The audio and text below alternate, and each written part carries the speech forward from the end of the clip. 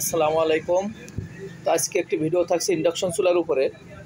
Induction চুলার উপরে যে ভিডিওটি আমরা আপনাদেরকে দেখাবো, এটা খুবই গুরুত্বপূর্ণ একটি ভিডিও। দেখেন, এই চুলাটি কিন্তু প্রায় নতুন, অল্প কিছুদিন ব্যবহার হয়েছে।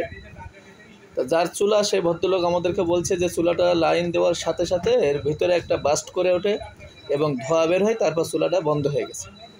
তো আপনাদের অনেকের এই সমস্যা হতে পারে। এই সমস্যা হলে আপনি কীভাবে মেরামত করবেন? আপনি চাইলে অনেক সময় বাড়িতে বসেও মেরামত করতে পারেন, আবার আপনি টেকনিশিয়ানের কাছেও নিয়ে যেতে পারেন। সেক্ষেত্রে আপনার সমস্যাটা আপনি বুঝে নেন।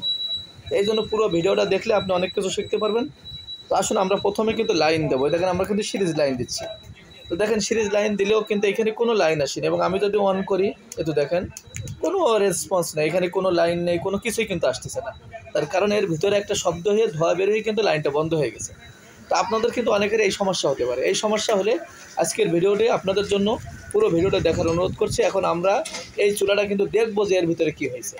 এর জন্য আমরা সর্বপ্রথম দেখেন চুলাটা কিন্তু খুলে রাখছি। এই যে আগের থেকে খুলে রাখছি।